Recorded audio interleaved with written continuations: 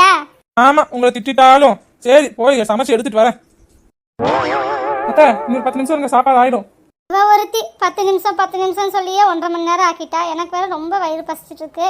சரி, அந்த சாப்பாடு வர வரைக்கும் இதே 2 வாய் போட்டு வைப்போம் வயிற்றுக்குள்ள. அது வரைக்கும் கொஞ்ச நேரம் இருக்கட்டும். இங்கே பிரியாணி தானே இது, சாப்பிட்டு பார்க்கலாம்.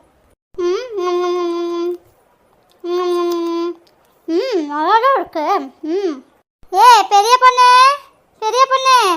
என்னங்க சொல்லுங்க. எனக்கு அந்த வெள்ளை சாதம்லாம் வேண்டாம், நான் இந்த பிரியாணியே சாப்பிட்டுக்கிறேன். இதுவே நல்லா இருக்கு. என்ன அத்தை, நீங்க சொன்னீங்க தானே நான் இவ்வளவு நேரமா நின்று அத்தனையும் செஞ்சுட்டு இருக்கேன், இப்போ இதே சாப்பிட்டுக்கிறேன்னு சொல்றீங்க? ஆமா, நீ சோறு ஆக்குறங்கிற பேர்ல 4 மணி நேரம் நின்று டாக்குவ.